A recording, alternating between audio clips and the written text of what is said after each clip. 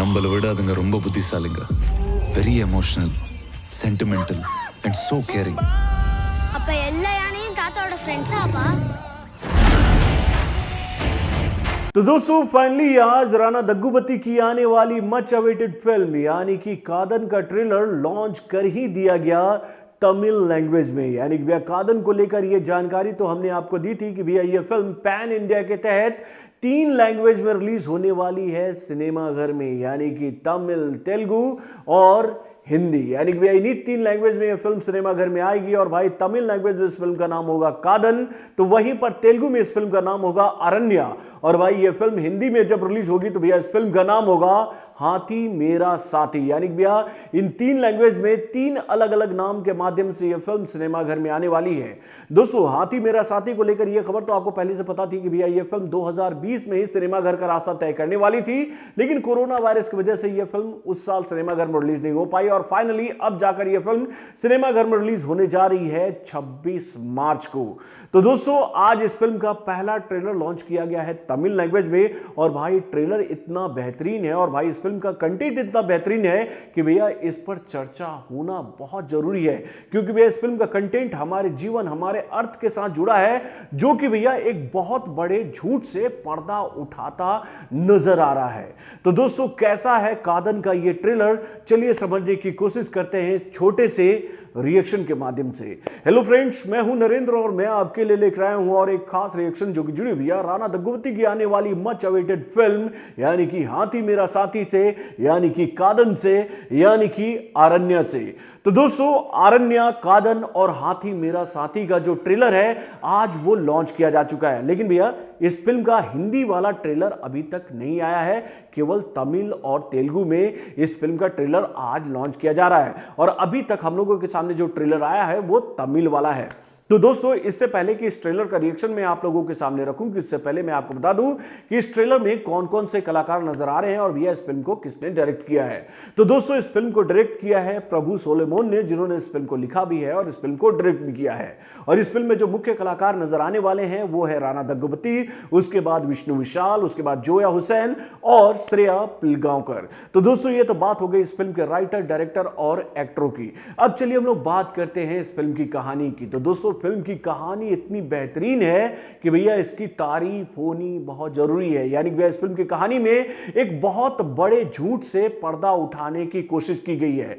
दोस्तों कहा जाता है कि हम इंसानों में भावनाएं होती हैं, संवेदनाएं होती हैं, एक दूसरे के प्रति मोहब्बत होता है, यानी कि भैया हम बहुत ही इमोशनल प्राणी हैं। यह झूठ हमेशा से दुनिया को कहा जाता रहा है और आज इस दुनिया की, इस धरती की जो बुरी हालत हुई है उसका अगर कोई असल कारण है तो वो हम इंसान ही हैं। यानी कि आज हम जो भी महामारी झेल रहे हैं, जो भी बीमारियां झेल रहे हैं, जो भी प्राकृतिक आपदाओं का हम सामना कर रहे हैं, वो कहीं ना कहीं हम इंसानों के द्वारा ही खड़ा किया गया है। और भाई हमारी इन गलतियों की वजह से कहा जाता है, यानी कि हमारे वो साइंटिस्ट कहते हैं कि भैया बहुत जल्दी ही अर्थ खत्म हो जाएगा हमारी गलतियों से। लेकिन इतनी गलतियां करने के बावजूद आज भी हम इंसान सुधरने की कोशिश नहीं कर रहे हैं। यानी कि जो झूठ हम लोगों के बारे में कहा जाता है कि भैया हम भावनाएं, संवेदनाएं और प्यार मोहब्बत बांटते हैं, तो वो बिल्कुल गलत है। तो दोस्तों इस फिल्म में भी यही बात दिखाने की कोशिश की जा रही है कि किस तरीके से हम इंसान हर उस क्षेत्र में घुसते जा रहे हैं जहां हमें घुसना नहीं चाहिए, जहां पृथ्वी ने ये नियम कायदे शुरू से बना रखे थे कि भैया आपका दायरा ये है और आपका दायरा ये है। यानी कि भैया आज इस दुनिया से कई सारे जीव जंतु बस इस कारण से विलुप्त हो गए क्योंकि भैया उन सब पर हम सब की कुदृष्टि पड़ गई। यानी कि भैया हम इंसानों की कुदृष्टि अगर किसी के ऊपर पड़ जाए तो भाई उसका अस्तित्व पूरी तरीके से समाप्त हो जाएगा। यानी कि भैया लंबी लिस्ट है ऐसे जीव जंतुओं की जिसे इंसानों ने पूरी तरीके से खत्म कर दिया है। और भाई इस फिल्म में भी यही कहानी बताने की कोशिश की जा रही है कि कैसे हम अपने इच्छाओं को पूरा करने के लिए, अपनी महत्वाकांक्षाओं को पूरा करने के लिए अब उस धरती की तरफ भी बढ़ रहे हैं जहां से हमें जीवन मिलता है, हमें सांसें मिलती हैं, हमें ऑक्सीजन मिलता है। यानी कि भैया इस फिल्म में यह कहानी बताने की कोशिश की जा रही है कि भैया कुछ ऐसे बिल्डर्स हैं जो कि जंगलों में जाकर रिसोर्ट बनाना चाहते हैं और जंगलों की संपदा को खत्म करना चाहते हैं, और इसी सोच को रोकने की कोशिश कर रहे हैं राणा दग्गुबत्ती और उसके साथ में जंगलों में रहने वाले जीव जंतु, जिनके जीवन में खलबली मचाने के लिए हम जैसे कुरूप इंसान पहुंच रहे हैं। तो दोस्तों वाकई में फिल्म की कहानी बहुत ही बेहतरीन है और इस मुद्दे पर बात होनी चाहिए, क्योंकि भैया अगर ये अर्थ रहेगा तभी हम रहेंगे। यानी कि भैया हम अपने व्यर्थ के महत्वाकांक्षाओं की वजह से भैया पूरी दुनिया को खत्म करने पर तुले हैं। तो दोस्तों 2020 को अभी तक इस दुनिया ने नहीं भूला है। यानी 1 साल पहले की बात है बॉस, हमारी ही गलतियों की वजह से एक इतनी बड़ी महामारी ने इस दुनिया में एंट्री मार लिया है, जिसकी वजह से आज मानव समाज जो है वो खत्म होने के कगार पर जा रहा है मेरे भाई। और इससे पहले भी हम लोगों ने कई सारी ऐसी गलतियां की हैं जिसके निशान आज भी आपको जापान में देखने को मिलेंगे। एटॉमिक बम आप लोगों को याद होगा।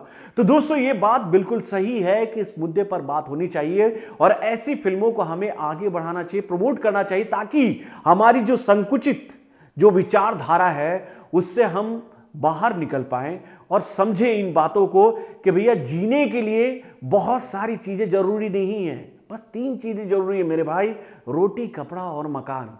लेकिन इस बातों से ना हम लोग बहुत ऊपर उठ चुके हैं। तो भैया इस फिल्म में इन मुद्दों को दिखाने की कोशिश की जा रही है और नो डाउट फिल्म का कहानी बहुत ही बेहतरीन है और इस फिल्म को आप भी देखिए और ये बात सोचिए कि भैया हम में भावनाएं होती हैं क्या, संवेदनाएं होती हैं क्या, हम एक दूसरे के प्रति मतलब मार्मिकता रखते हैं? आप अपने कमेंट के माध्यम से हमें जरूर बताइएगा। तो बॉलीवुड से जुड़े और भी कई सारे खबरों को जानने के लिए हमारे चैनल वर्म जंक्शन को लाइक सब्सक्राइब करना ना भूलिएगा और हमारे अपडेट्स को जानने के लिए बेल आइकन को जरूर दबाइएगा।